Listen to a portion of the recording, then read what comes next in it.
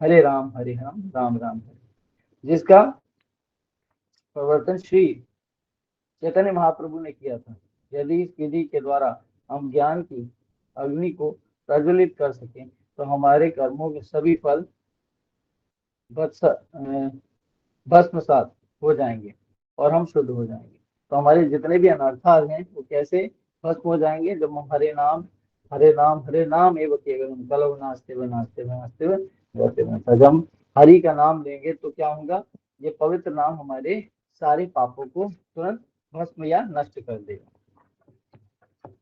यहाँ पर श्लोक आया है, न ही ज्ञानी न सदृशम पवित्रमिहम विद्यते तस्वयं योग सिद्धि संसिद्धि कालेनात्मनि विन्दति। दिव्य ज्ञान के समान इस संसार में कुछ भी उदित और पवित्र नहीं है।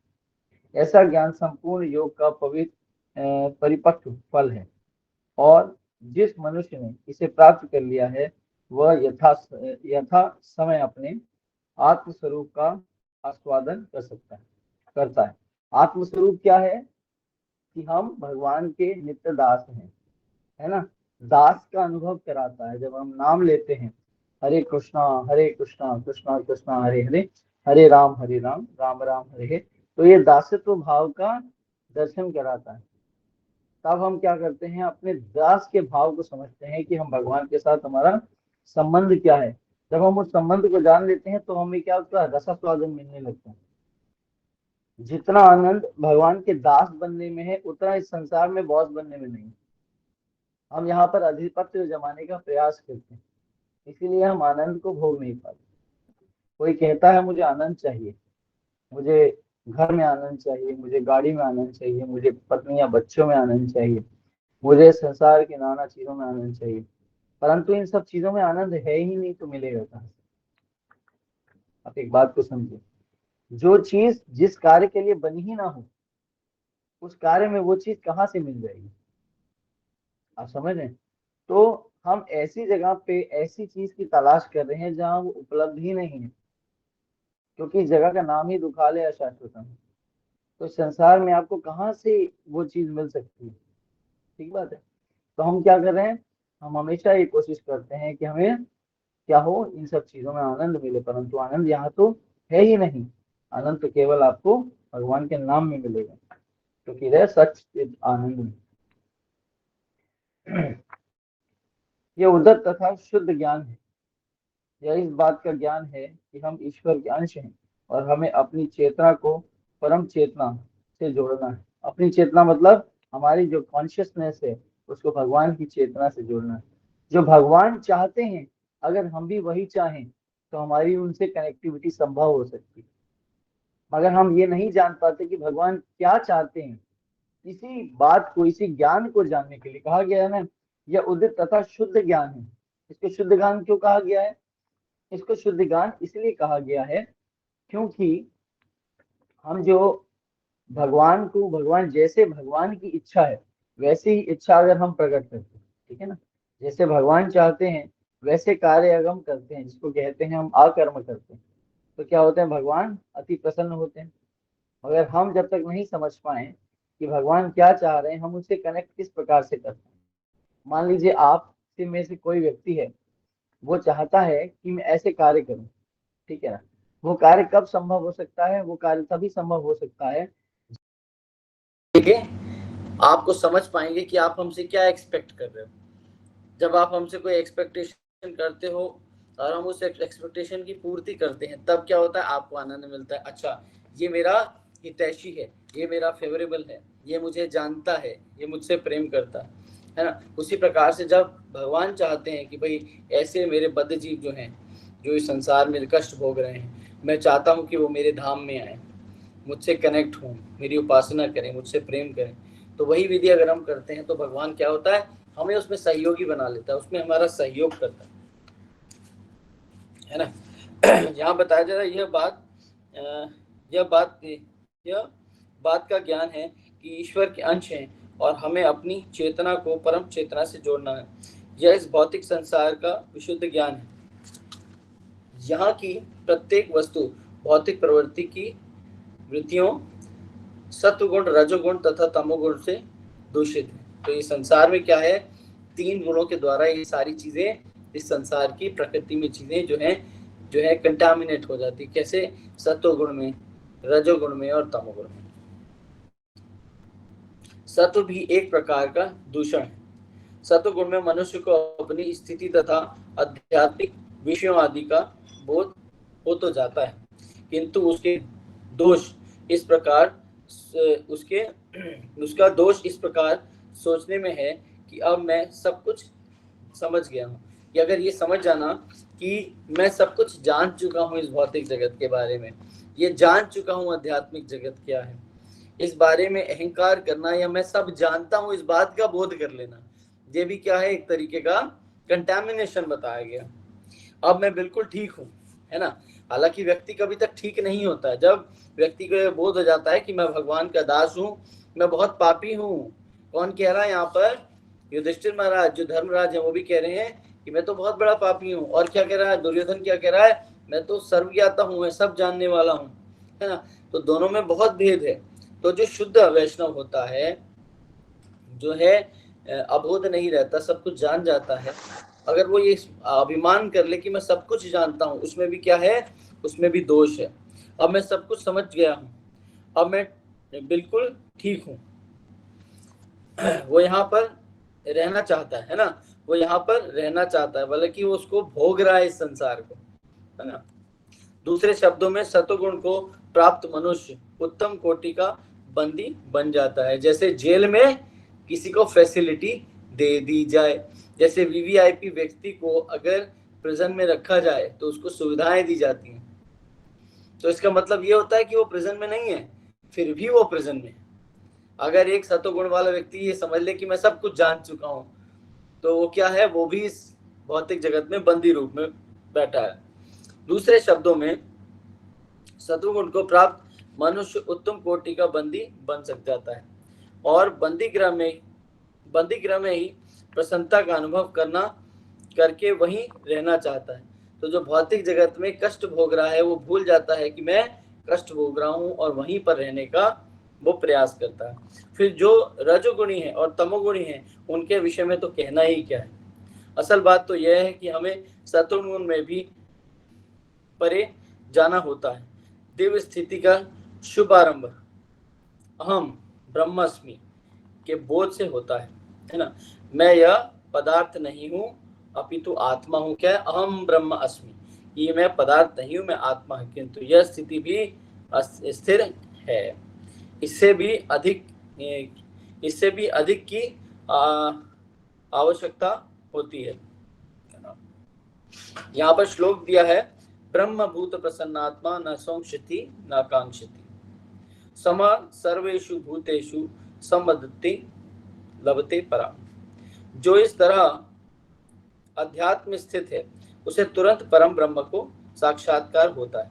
उसे किसी वस्तु के लिए ना तो शोक होता है, न कामना होती है। वह प्रत्येक प्राणी पर संभाव रखता है। इस अवस्था में वह मेरी शुद्ध भक्ति प्राप्त करता है। श्लोक संख्या भगवत गीता। ब्रह्मभूत अवस्था में मनुष्य अपनी पहचान पदार्थ से नहीं करता है। ब्रह्मभूत अवस्था क्या है कि अपनी पहचान शरीर से नहीं करता है, आत्मा के द्वारा करता है। वो कभी ये नहीं सोचता मैं इस भौतिक जगत में शरीर रूपी हूँ। वो अपने आप को आध्यात्मिक समझता है और भगवान के अंश के रूप में अपने आप को जानता है। मनुष्य का ब्रह्मभूत पद में स्थित होने का पहला लक्षण यह है कि वह प्रसन्न रहता है ना। प्रसन्न आत्मा, क्या बताया गया है? प्रसन्न आत्मा, ब्रह्मभूत प्रसन्न आत्मा, न शोचति न कांक्षति, है ना। तो उस पद पर ना तो शोक है न आकांक्षा है। तो क्या है, जो शुद्ध वैष्णव है, अपने आप को जीवात्मा भगवान का दास समझ के रहता है, वो क्या करता है, संभाव रहता है। वो हमेशा प्रसन्न चित्त रहता है, उसको कभी किसी प्रकार का दुख नहीं होता, क्योंकि वो जानता है कि जितनी मेरी क्षमता है और मेरे प्रारब्धास है, मेरे कर्मास हैं, उसके अनुसार भगवान ने मुझे दिया है। तो जितना मिलता है उसके लिए धन्यवाद करता है, और जो नहीं मिलता उसके लिए भगवान से प्रार्थना करता है कि आपने मुझे नहीं दिया, उसके योग्य में नहीं था। परंतु क्या है, शोक नहीं करता। हर पल पर क्या करता है, शोक या आकांक्षा नहीं करता, किसी प्रकार का लालच वो नहीं दिखाता। किंतु यदि हम इस अवस्था पर पहुंच भी लें तो कृष्ण की प्रेममय सेवा न करें तो इस बात की संभावना है कि हम पुनः भव संसार में आ गिरेंगे। आप समझ रहे हैं, क्योंकि अगर हम भगवान की सेवा नहीं करते या भगवान से प्रेम नहीं करते, भगवान, हम हमेशा क्या करते हैं, हम कोई भी कार्य करते हैं उसको ये सोचते हैं इससे हमें लाभ हो, है ना, इससे हमें हमारी संतुष्टि मिले। हम अपने स्वार्थ, निजी स्वार्थ के लिए सारे काम करते हैं। अगर हम ये सोचें कि हम कृष्ण की प्रसन्नता के लिए काम कर रहे हैं तो वही आपका पर्सनल का किया गया काम जो है यज्ञ में बदल जाता है। तो आगे कहा जाता है, इस हम आकाश में बहुत ऊंचाई तक उठ सकते हैं, किंतु यदि वहां कोई आश्रय न हो, यदि हम किसी ग्रह पर न उतर पाए तो हम पुनः नीचे गिर पड़ेंगे, है ना। तो कोई डेस्टिनेशन तो होनी आवश्यकता है ना। हम बहुत ऊंचा उठते हैं पुनः आके गिर जाते हैं क्योंकि हमें कोई निवास स्थान मिलता ही नहीं। हम सोचते हैं हम ऊपर उठते जाएं, आध्यात्मिक जगत से जुड़े ना, भौतिक जगत में हम खूब ख्याति प्राप्त करें, हम बहुत ऊपर ऊपर उठना चाहते हैं मगर तुरंत धड़ाम से आगे नीचे गिरते हैं क्योंकि कहीं प्लेटफॉर्म है ही नहीं। मगर आध्यात्मिक हर पग पे आपको आनंद मिलता है, हर एक स्टेप पे आपको आनंद ही का अनुभव होता है और वहां से अभी कभी आप नीचे नहीं गिरते। ब्रह्मभूत पद पे कोरे ज्ञान से काम चलने वाला नहीं है। जब हम कृष्ण के चरणावृत्ति की शरण में चले जाएं, जब हम कृष्ण की सेवा लग जाएं, कृष्ण की सेवा में लग जाएं, तब हम भौतिक जगत में फिर से आग गिरने की कोई संभावना नहीं रह जाती। तो यहाँ पर क्या है, भगवान की शरणागति की बात हो रही है ना। जब हम भगवान की शरणागति ले लेते हैं तो हमारा सारा दायित्व जो कौन है, वो भगवान स्वयं कृष्ण उठा लेते हैं, है ना। तो यहाँ पर आपका दायित्व भगवान ले रहे हैं। जब आप अपने पग को भक्ति की ओर उन्मुख करते हैं तो भगवान क्या कहते हैं, भगवान कहते हैं ददामि बुद्धि योगम, मैं आपको ऐसी बुद्धि प्रदान करता हूँ जो आपको मुझ तक लेके आती है। और ऐसे ही विषयों में भगवान आपको संलग्न करता है, आपको अपनी स्पेशल बुद्धि लगाने की आवश्यकता नहीं पड़ती। भगवान आपको ऐसे मार्ग देता है, ऐसा साधु संग देता है, ऐसी प्रवृत्ति देता है कि तुरंत आप उस पग पे चलने लगते हैं। और भगवान आपकी क्या करता है, आप भगवान की शरणागति लेते हैं और भगवान क्या करते हैं, आपको उस पथ पे सहायक बन के आपको पग पे रास्ता दिखाते हैं और इस तरीके से आप भगवान के समीप आने का प्रयास करते हैं और भगवान आपको अपने निकट ले आते हैं।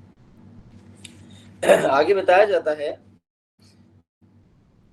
हमारा स्वभाव ऐसा है कि कुछ कार्य चाहते हैं कि हम कुछ ना कुछ हमेशा करना चाहते हैं, वी आर ऑलवेज एक्टिव।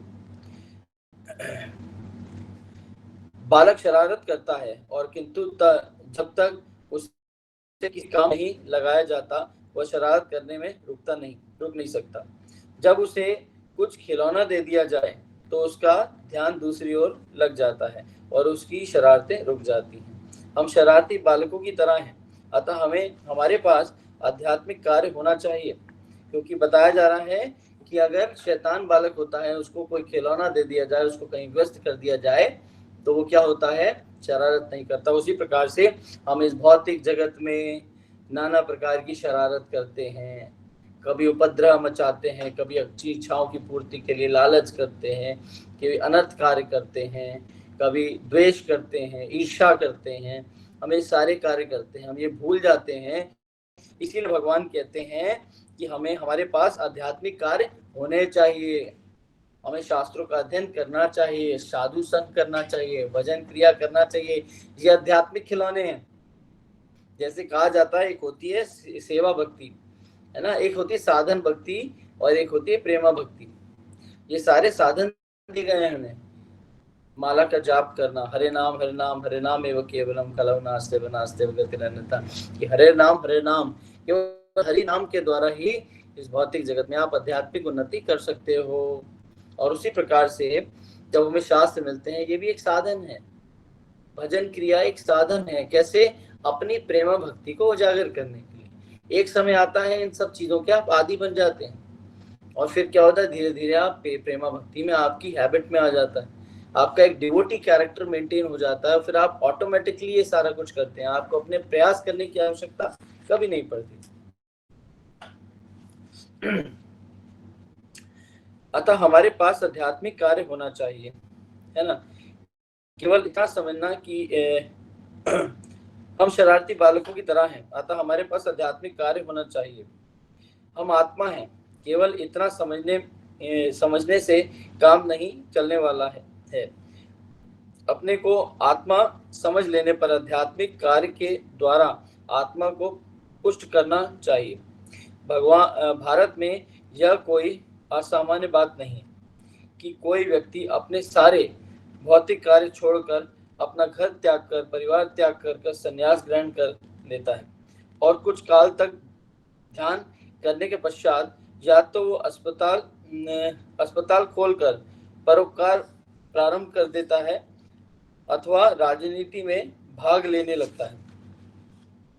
अस्पताल निर्माण करने का कार्य तो सरकार द्वारा किया ही जाता है।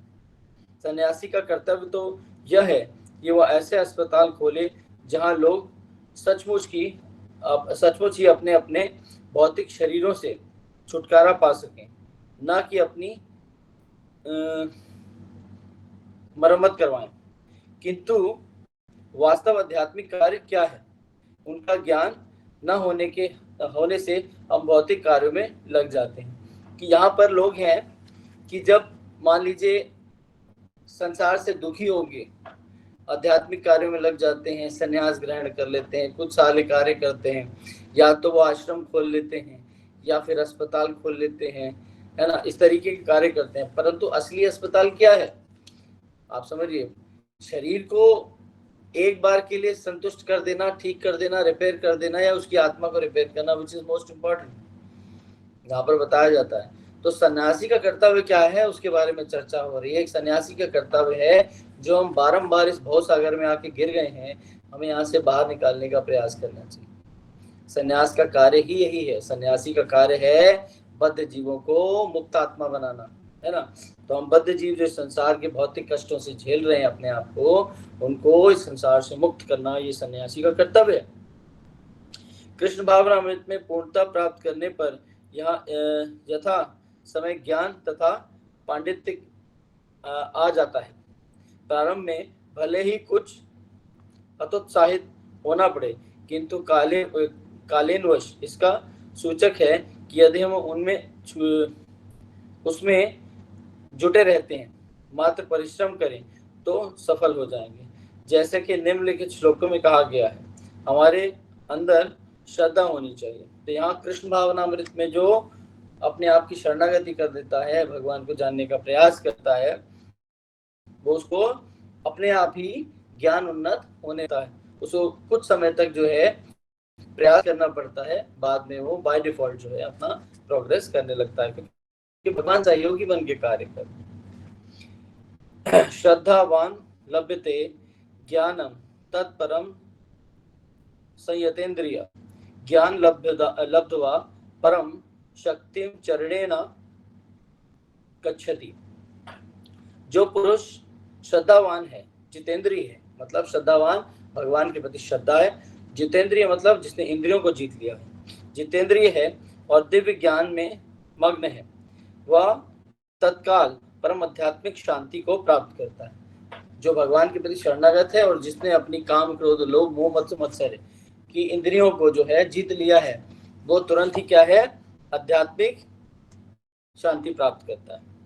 भगवद गीता 4.4.39। जो लोग सहनशील हैं और जो लोग श्रद्धा नहीं रखते, जो लोग सहनशील हैं और श्रद्धा नहीं रखते, उनके लिए कृष्ण भावनामय होना अत्यंत दुष्कर है। हमारे नित्य प्रति के कार्यों में भी कुछ न कुछ श्रद्धा चाहिए।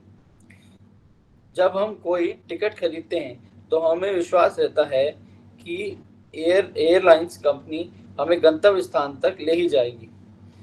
जिस विश्वास से हम इस भौतिक संसार में रह पाना भी असंभव है, आध्यात्मिक उन्नति करना तो दूर रहा। जो हम किस प्रकार श्रद्धा रखें। उत्तर यह है कि होता है, हमें किसी अधिकृत कंपनी में टिकट नहीं लेना चाहिए। हमें भगवत गीता के वक्ता कृष्ण पर विश्वास रखना होता है। हम किसी प्रकार श्रद्धावान बने, इसके लिए इंद्रियों पर संयम रखना की आवश्यकता है। हम इस भौतिक संसार में इसलिए आए हैं क्योंकि हम अपनी इंद्रियों की तृप्ति करना चाहते हैं।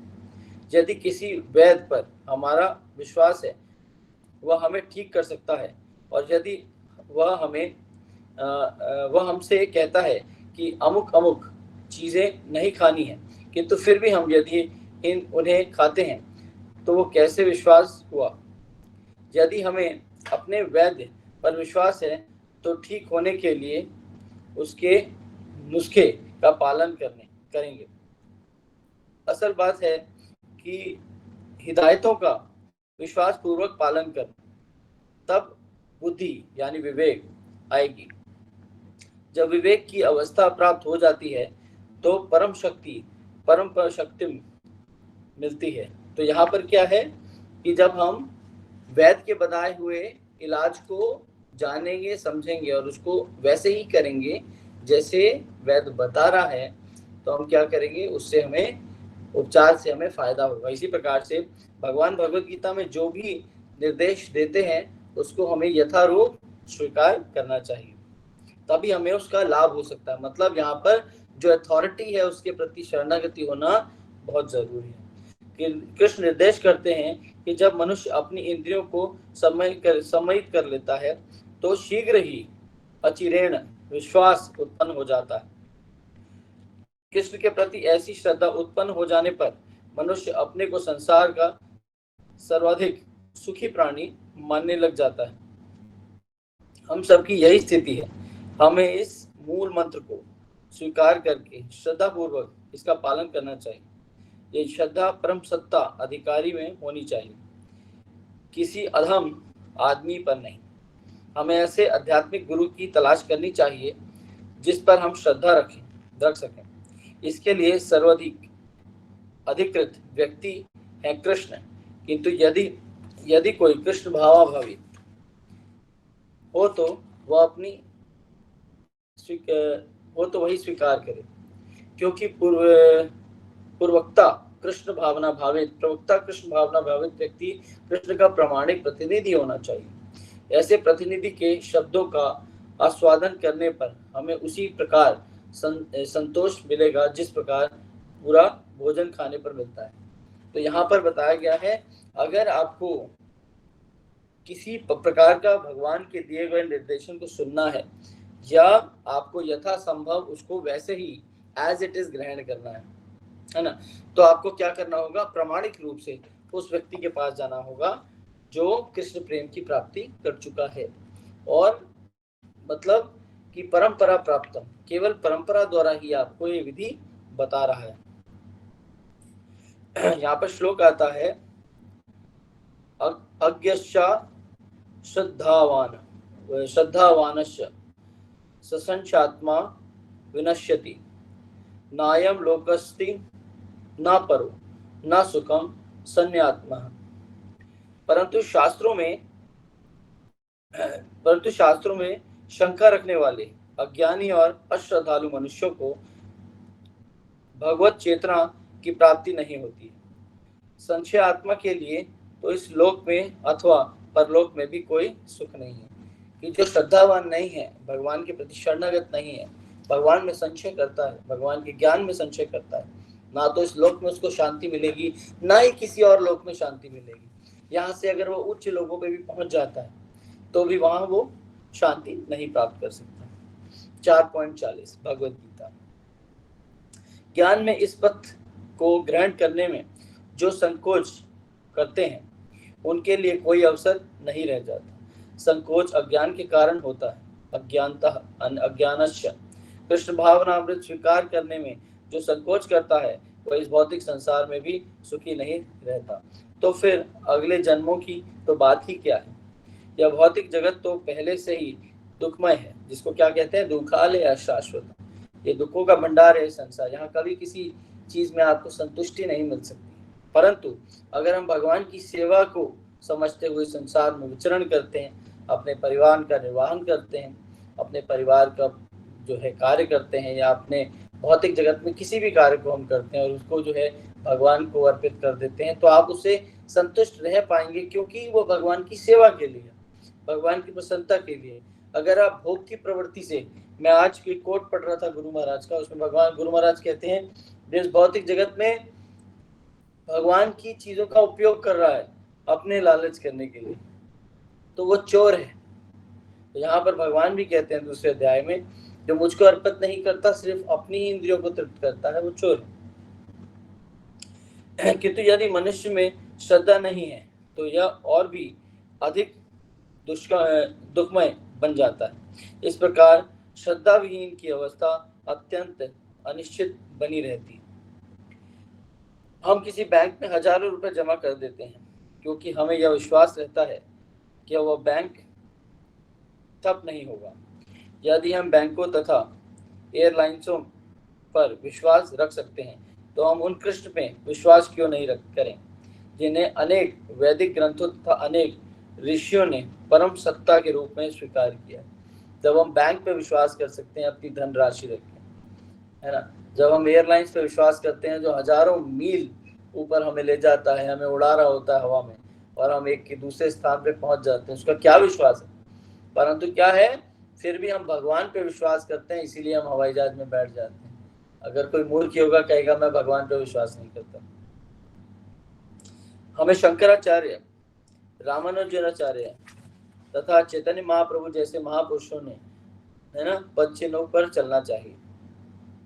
यदि हम अपने कर्तव्यों का पालन करते हुए और उनके पद चिन्हों पर चलते हुए अपनी श्रद्धा बनाए रखें, तो सफलता निश्चित हो जाएगी। कैसे? अपने जो आचार्य गण हैं उनकी वाणी को सुनना और उस पर अमल करना। जब हम उसको सुनेंगे और उस पर अमल करेंगे तो सताई हमारी सफल होना निश्चित है।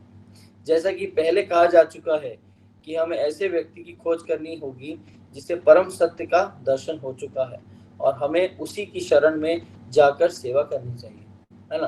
तो यहाँ पर कहा गया किसी की गाइडेंस में, एक शिष्य जब तक गुरु की गाइडेंस में नहीं जाता है तब तक सफल नहीं हो सकता। यदि ऐसा किया जाए तो आध्यात्मिक मुक्ति में कोई संदेह नहीं रह जाता है। प्रत्येक व्यक्ति ईश्वर के दर्शन के लिए उत्सुक है, किंतु हमारे जीवन की वर्तमान अवस्था में हम बद्ध एवं मोहग्रस्त हैं। हमें वस्तुओं की वास्तविकता का कोई भान नहीं है। तो हम क्या, हमारे लालच की वजह से इस भौतिक जगत में हम इतने ज़्यादा इंगेज हो जाते हैं। हमें फिर भी भगवान के दर्शन सब चाहते हैं, मगर क्योंकि यहाँ इंगेजमेंट हो जाती है और क्या हो जाए, हम डिस्ट्रैक्ट हो जाते हैं। तो ये भौतिक जगत जिसको सत्वगुण, रजोगुण, तमोगुण से बना हुआ है, ये हमें डिस्ट्रैक्ट करता है, और डिस्ट्रैक्शन की वजह से हमारा स्वभाव ऐसा है कि इस बात को हम भूल जाते हैं। किंतु किसी कारण से हम अपनी वैधानिक स्थिति में से नीचे गिर चुके हैं। हमारी प्रकृति सच्चित आनंद अथवा अर्थात शाश्वतता, ज्ञान तथा आनंद की है। फिर भी इस शरीर की मुक्ति, इस शरीर की मृत्यु निश्चित है, और जब तक इसका अस्तित्व है यह अज्ञान तथा कलेशों से भरा हुआ है ना। तो यहाँ पर क्या है, हम क्या है, आध्यात्मिक जगत के वासी हैं जो कि सच्चित आनंद से बने हैं, और यही इसी तत्व से भगवान बने हैं, है ना। तो क्या है, हम जब भौतिक जगत से बाहर भगवान के जगत में रहते हैं तो वहाँ हमें ताप नहीं सताते, हम वृद्ध नहीं होते, हमारी मृत्यु नहीं होती। और हम इस भौतिक जगत में जब आ जाते हैं, हमें शरीर मिल जाता है। शरीर तो मृत्यु की होती है, शरीर की डिमांड्स भी होती हैं, उसको पूरा करने के लिए हम यहाँ पर ये कार्य करते हैं। परंतु हम तो हमेशा आनंद ही चाहते हैं, क्यों, हमारी स्थिति आनंद प्राप्त करने की है। इसीलिए हम इस भौतिक जगत में आके हमेशा सोचते हैं कि हम खुश रहें, क्योंकि हमारी स्थिति खुश रहने की, हम इस भौतिक जगत के हैं ही नहीं, परंतु फिर भी हमें रहना पड़ता है। जिस प्रकार से किसी अंतरिक्ष यान में अंतरिक्ष पे पहुंचने के बाद हमें स्पेस सूट चाहिए होता है, इसी तरह भौतिक जगत में भी हमें रहने के लिए शरीर की आवश्यकता होती है, और वो शरीर हमें नाना प्रकार के कार्य कराता है। फिर भी हम चाहते हैं खुश रहें, मगर इस भौतिक जगत में जो चीज़ आई है वो नष्ट हो जाती है। तो ये शरीर एक दिन है, एक दिन नष्ट हो जाता है, और हमारे कार्य अनुसार हमें दूसरा शरीर मिलता है। तो हमारा शरीर मिलना, कौन सा शरीर मिलेगा, भगवान ने ये आपके हाथ में दिया है, ठीक है। जो अच्छे कार्य करता है, भगवान की शरणागति में रहता है, भगवान की सेवा समझ के सारे कार्य करता है, उसको क्या होता है, भगवान अपने धाम बुला लेते हैं।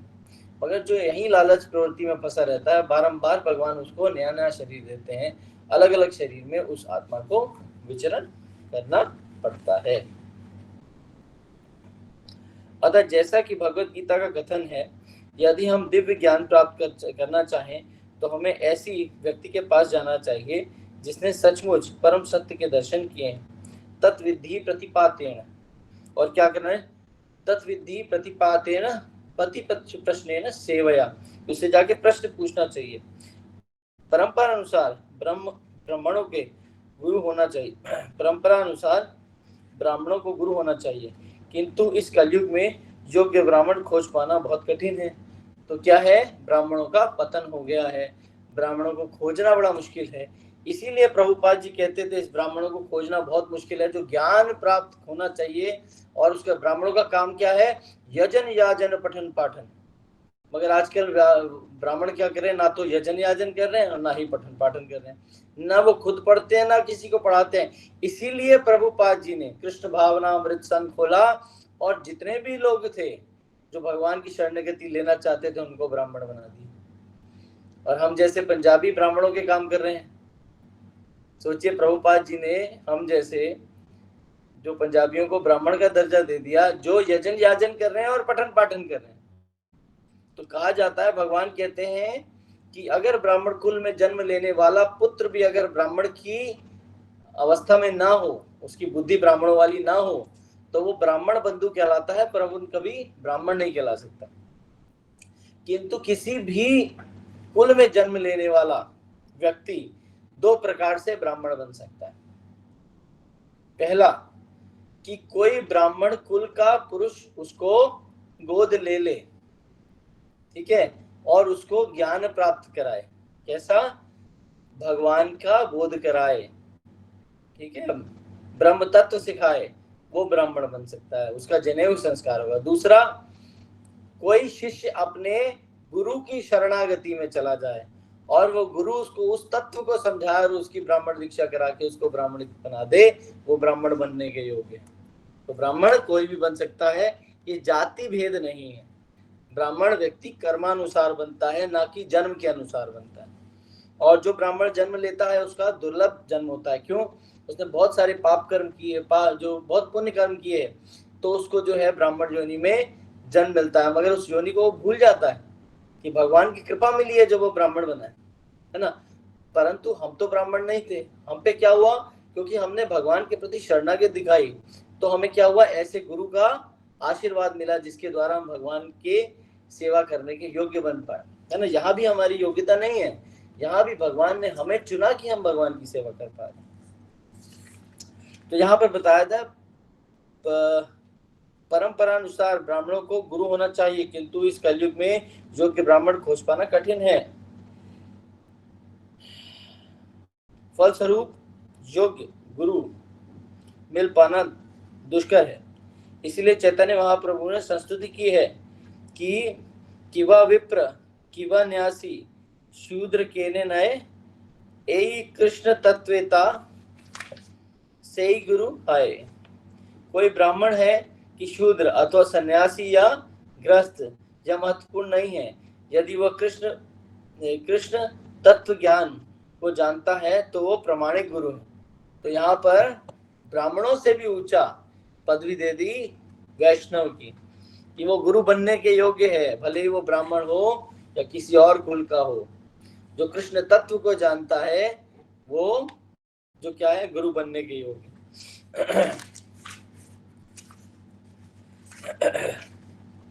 भगवत गीता कृष्ण विषय ज्ञान है। अतः यदि हम अपने तर्क बुद्धि तथा दार्शनिक ज्ञान से संवीक्षण करते हुए इसका अध्ययन करें तो हम विज्ञान हमारी समझ में आ जाएगा। ऐसा नहीं है कि हम आंख मूंद कर शरण लेने चले जाएं। आध्यात्मिक गुरु स्वरूप सिद्ध हो सकते हैं और परम सत्य के स्थित हो सकते हैं। फिर भी सारी आध्यात्मिक बातों को समझने के लिए हमें उनसे प्रश्न करने होंगे, कि गुरु को ऐसे नहीं आपने जाके आंखें मूंद के उसको अपना लिया। गुरु के पास जाएं, उनसे प्रश्न पूछें, उनसे प्रश्नों के उत्तर लें। यदि कोई कृष्ण विज्ञान संबंधी प्रश्नों का सही सही उत्तर दे पाता है तो वह आध्यात्मिक गुरु है, भले ही वह कहीं जन्मा हो और कोई भी हो, चाहे ब्राह्मण, शूद्र, अमेरिकी, भारतीय हो, कोई भी हो। जब तक हम डॉक्टर के पास जाते हैं तब हम यह नहीं पूछते कि वह हिंदू है या ईसाई अथवा ब्राह्मण, है ना। हम डॉक्टर से कभी ये नहीं पूछते किस जाति का। हम उसको क्या करते हैं, अपने अपने अपने कष्ट के बारे में बताते हैं और उसका निवारण करता है। उसके पास चिकित्सक की योग्यता है और हम मात्र उनकी शरण में जाते हैं और कहते हैं कि डॉक्टर मेरा इलाज करें, मैं बीमार हूँ। कृष्ण आध्यात्मिक विज्ञान के चरम लक्ष्य है ना, चरम लक्ष्य है।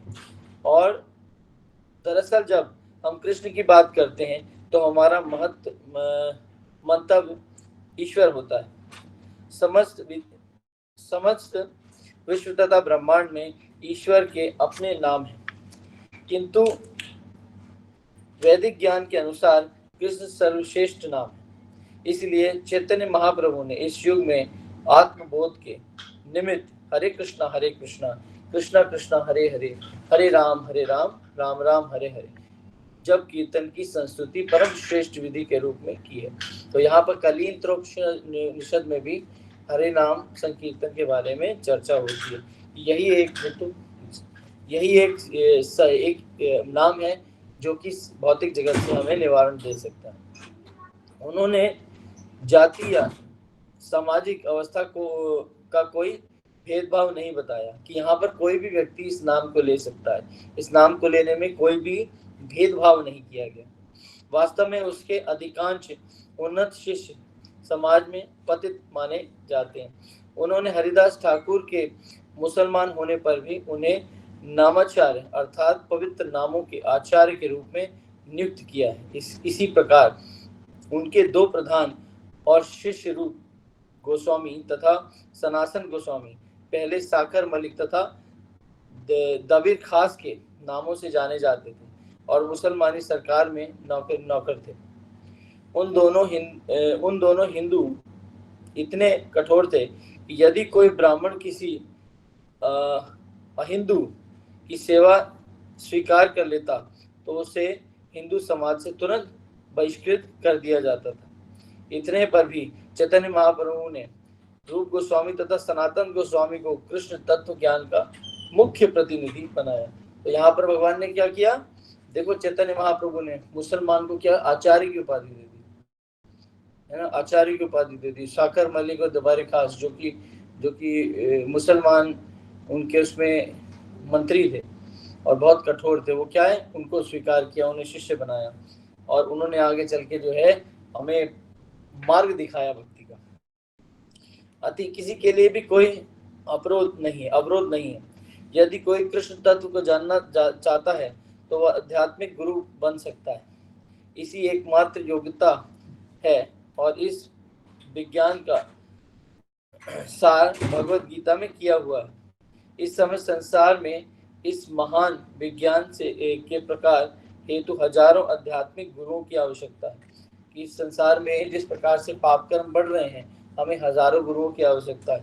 तो चैतन्य महाप्रभु ने बहुत सुंदर विधि दी है कि जो कृष्ण व्यक्ति तत्व को समझ जाता है वो गुरु बनने के योग्य है। तो हर एक व्यक्ति को जो है एक समय आना चाहिए जब भगवान जो है उसको एक मौका देते हैं कि वो कृष्ण तत्व को समझे और औरों को भी बताए, चाहे वो पुरुष हो या महिला हो, कोई भी गुरु बनने के योग्य है, कोई भी गुरु बन सकते हैं, है ना। हमें यह समझना होगा कि भगवत गीता में जब कृष्ण अर्जुन को बोलते हैं तो वे अकेले अर्जुन से नहीं अपितु समग्र मानव जाति से बोल रहे हैं। श्री कृष्ण स्वयं घोषणा करते हैं कि कृष्ण तत्व ज्ञान को जान लेने मात्र से अर्जुन मोहग्रस्त नहीं होता। यज्ञात्वा न पुनर्मोह। यदि हमारे पास अच्छा जहाज हो तो हम अटलांटिक महासागर को आसानी से पार कर सकते हैं। इस समय हम अज्ञान के सागर के बीच में हैं। क्योंकि हम भौतिक संसार को अज्ञान के महासागर के तुल्य माना गया है। अतः भगवान चैतन्य महाप्रभु ने श्री कृष्ण से इस प्रकार प्रार्थनाएं की। तो चैतन्य महाप्रभु यहाँ श्लोक कहते हैं, तो ये बहुत सागर से हम कौन आराम से पढ़ सकते हैं अगर भगवान की शरणागति ली। आई नंद तुझम किंकरम पतिपदम माम विस्मय प्रभा भवाम बुधो कृपया तव पाद पंकज चितधूलि सस विचिंतया। हे नंद नंदन, मैं आपको सनातन सेवक हूँ, फिर भी ना जाने किस प्रकार से जन्म मृत्यु के सागर में गिर गया हूँ। कृपया मृत्यु के इस सागर से मुझे निकालें और अपने चरण कमलों की धूली कर्णिका के रूप में मुझे स्थान दें। कि चैतन्य महाप्रभु स्वयं भगवान होते हुए एक भक्त के रूप में अपने आप को प्रदर्शित कर रहे हैं और कह रहे हैं कि मैं संसार में आ गिरा हूँ, कृपया करके मुझे अपने चरणों की धूल बनाएं और इस भव सागर से निकालें। यदि हमारे पास पूर्ण ज्ञान रूपी नौका हो तो हमें कोई डर नहीं रह सकता, क्योंकि हम सरलता से भव सागर को पार कर सकते हैं। यदि कृष्ण भावना ज्ञान रूपी नौका मिल जाए तो पापी से पापी मनुष्य भी सागर को सरलता से पार कर सकता है। जैसा कि पहले कहा जा चुका है, भगवत गीता में कहते हैं 4.36 में, विगत जीव में हम क्या हैं यह महत्वपूर्ण नहीं है। हो सकता है कि अज्ञानवश हमने अपने अग्रिम कर्म किए हैं। निस्संदेह कोई भी यह नहीं कह सकता कि वह पाप कर्म से सर्वथा मुक्त है। इस भौतिक जगत में आए कोई भी ये नहीं कह सकता कि हमने पिछले जन्मों में पाप न किया हो, किंतु भगवत गीता के अनुसार इसका महत्व नहीं है। कृष्ण के तत्व ज्ञान को जान लेने मात्र से मनुष्य मुक्त हो जाता है। कि आपने पीछे कौन से कर्म किए हैं, कैसे पाप कर्म किए हैं, उससे फर्क नहीं पड़ता, परंतु आप जो कर्म करने जा रहे हो उससे फर्क पड़ता है। तो हमें क्या करना चाहिए, तुरंत ही कृष्ण भक्ति को स्वीकार कर लेना चाहिए, जिससे हमारे सारे पाप कर्म नष्ट हो जाए। इसलिए यह नितांत आवश्यक है कि हम ज्ञान को खोज करें, और ज्ञान की पूर्णता इसमें है कि हम कृष्ण को समझें। आजकल अनेक वाक प्रचलित हैं और प्रत्येक व्यक्ति दावा करता है कि वह जिन्हें की सर्वश्रेष्ठ कला से परिचित है, इसलिए इतने सारे वाद चल पड़े। इन सब वादों में से विश्व भर में साम्यवाद अत्यंत प्रमुख बन चुका है, किंतु श्रीमद् भागवतम में हमें आध्यात्मिक साम्यवाद के बीज प्राप्त होते हैं। वहाँ नारद मुनि बताते हैं कि इस भौतिक ब्रह्मांड में चाहे कोई अधोलोक में या मध्यलोक में अथवा उच्च लोक में हो, कि वहाँ अंतरिक्ष में हो, समस्त प्रकृति संसाधन परमेश्वर द्वारा प्रकट किए जाते हैं। हमें समझ लेना चाहिए कि संसार में जो कुछ भी अस्तित्व है उसे किसी मनुष्य ने नहीं अपितु भगवान ने सृजित किया है। कोई भी बुद्धिमान व्यक्ति ऐसा मानने में इनकार नहीं कर सकता कि ये सब कुछ भगवान के द्वारा दिया गया। श्री ईशोपनिषद का आदेश क्या है, तो यहाँ पर श्री ईशोपनिषद में भी भगवान बताते हैं कि संसार में जो कुछ भी घटित हो रहा है, जो कि संसार में दिखता है, उसका प्रमाण जो है वो क्या है, भगवान के द्वारा है, भगवान से विलग नहीं है। भगवान ही इसका अस्तित्व है, भगवान नहीं है तो इन चीजों का अस्तित्व ही नहीं हो सकता।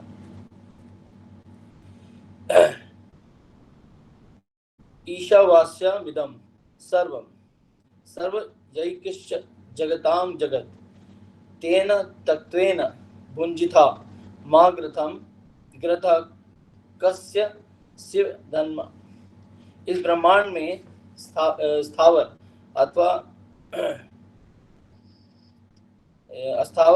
अथवा जगम जो कुछ भी है वह भगवान के नियंत्रण में है और उन्हीं की संपत्ति है। अतः मनुष्य को अपने लिए नियति की कई आवश्यकताएं वस्तुओं की ग्रहण करना चाहिए, और यह जानकर कि अन्य वस्तुएं किसकी हैं उन्हें भोगने की इच्छा नहीं करनी चाहिए। कि यहाँ पर जो है जो कुछ भी संसार में हमारे सामने है वो भगवान की सेवा के लिए मिला है, कभी उसके भोग के विलास के रूप में हमें नहीं देखना चाहिए। हमें केवल भगवान की सेवा के रूप में इनकी आवश्यकताओं को, भगवान की सेवा में इन चीजों को प्रयोग में लेना चाहिए। ईशोपनिषद मंत्र 1। फलस्वरूप सोचते हैं फलस्वरूप सर्वोच्च देवता ब्रह्म से लेकर छोटी छोटी चींटी तक समस्त जीवात्माओं को प्रकृति साधनों का उपयोग करने का अधिकार है। नारद मुनि बताते हैं कि हम इन साधनों का उपयोग अपनी आवश्यकता के लिए अनुसार कर सकते हैं, किंतु यदि हम आवश्यकता से अधिक ग्रहण करते हैं तो हम चोर हैं। कि हमारे को जितनी आवश्यकता है संसार में चीजों का उपयोग करने की, अगर हम उससे अधिक लेते हैं तो भगवान क्या कहते हैं, तुम चोर हो। दुर्भाग्यवश प्रत्येक मनुष्य विजयी होने और प्रभुत्व जमाने का प्रयास करता है। सारे देशों में होड़ मची है कि चंद्रलोक में उनका ध्वज फहराया जाए, है ना, फहराएं और उस पर उनका अधिकार हो। यूरोपियन और अमेरिकन अपने आप में आए तो उन्होंने अपना झंडा गाड़कर इसे अपना राष्ट्र बना लिया। इस तरह झंडा गाड़ना या फहराना सब कुछ अज्ञानता के कारण होता है। हम यह नहीं सोचते हैं कि आखिर हम यह झंडा कहाँ फहरा रहे हैं। यह हमारी नहीं, यह तो ईश्वर की संपत्ति है। इसे जानना ज्ञान है और इसे अपनी संपत्ति समझना अज्ञानता है। ये संसार का सब कुछ जो है भगवान का है, ये जानना ज्ञान है, और ये सब कुछ हमारा है, ये जानना अज्ञानता है। हमें उपयोग करने का अधिकार है, किंतु उस पर दावा करने या उस जमा करने का अधिकार नहीं है। यदि हम एक बोरा अनाज सड़क पर बिखेर दें तो कबूतर आकर उसे 4-5 दाने चुग लेगा, है ना। वे आवश्यकता से अधिक नहीं खाएंगे और खा लेने के बाद अपनी राह चल देंगे। किंतु यदि हम सड़क के किनारे फुटपाथ पर आटे के अनेक बोरे रखकर लोगों से कहें कि आओ और इसे ले जाओ, तो एक व्यक्ति 10-20 बोरे ले जाएगा और दूसरा 20-30 बोरे ले जाएगा। किंतु जिस व्यक्ति के पास इतने बोरे ले जाने का साधन नहीं, वह 1 या 2 ही बोरे अधिक नहीं ले जा सकता। इस तरह वितरण सामान्य होता है। इसको सभ्यता की प्रगति कहा जाता है। हमें कबूतरों, कुत्तों और बिल्लियों के ज्ञान का भी अभाव है। प्रत्येक वस्तु परमेश्वर की है और हम उतना ही ले सकते हैं जितना हमें आवश्यकता है। इससे अधिक कुछ भी नहीं। यदि यही ज्ञान है, भगवान ने संसार की ऐसी अव्यवस्था कर रखी है कि इसमें किसी भी वस्तु की कमी नहीं है। प्रत्येक वस्तु पर्याप्त है, बशर्ते कि हम उसको वितरित करना जानते हैं। किंतु आज ऐसी दयनीय स्थिति है कि कोई तो आवश्यकता से अधिक लिए जा रहा है और कोई भूखा मर रहा है। फलस्वरूप भूखा जनसमूह विद्रोह करता है और पूछता है कि हम ही क्यों भूखे रहें, किंतु उसके तौर तरीके अपूर्ण हैं। आध्यात्मिक संवादों की पूर्णता इस ज्ञान पर निहित है कि प्रत्येक वस्तु ईश्वर की है। कृष्ण तत्व को जान लेने पर हम झूठे सामयिक स्वामित्व के अज्ञान को सरलता से पार कर सकते हैं। तो ये हम समझ लें कि ये सब भगवान की प्रॉपर्टी है, ये सब भगवान द्वारा आया है और इसको सबको बराबरी रूप से देना चाहिए। अगर हम कृष्ण भावना भावित हैं और हमारे प्रति करुणा है, भगवान ने हमें करुणा दी है, हम भगवान के भक्त हैं, तो हमारा जो बैलेंस भी उसी बराबर होगा। क्यों? भगवान जब किसी से द्वेष नहीं करते, भगवान किसी से पक्षपात नहीं करते, तो भगवान का भक्त कैसे पक्षपात करेगा? परंतु ये ज्ञान हमें नहीं है। ये सब भगवान की प्रकृति है, भगवान के द्वारा दिया गया, इसीलिए हम भेद करते हैं, इसीलिए इसका वितरण भी ठीक से नहीं होता, इसीलिए संसार में उपद्रव बढ़ रहा है ना। वस्तुतः हम अपने ज्ञान के कारण कष्ट भोग रहे हैं।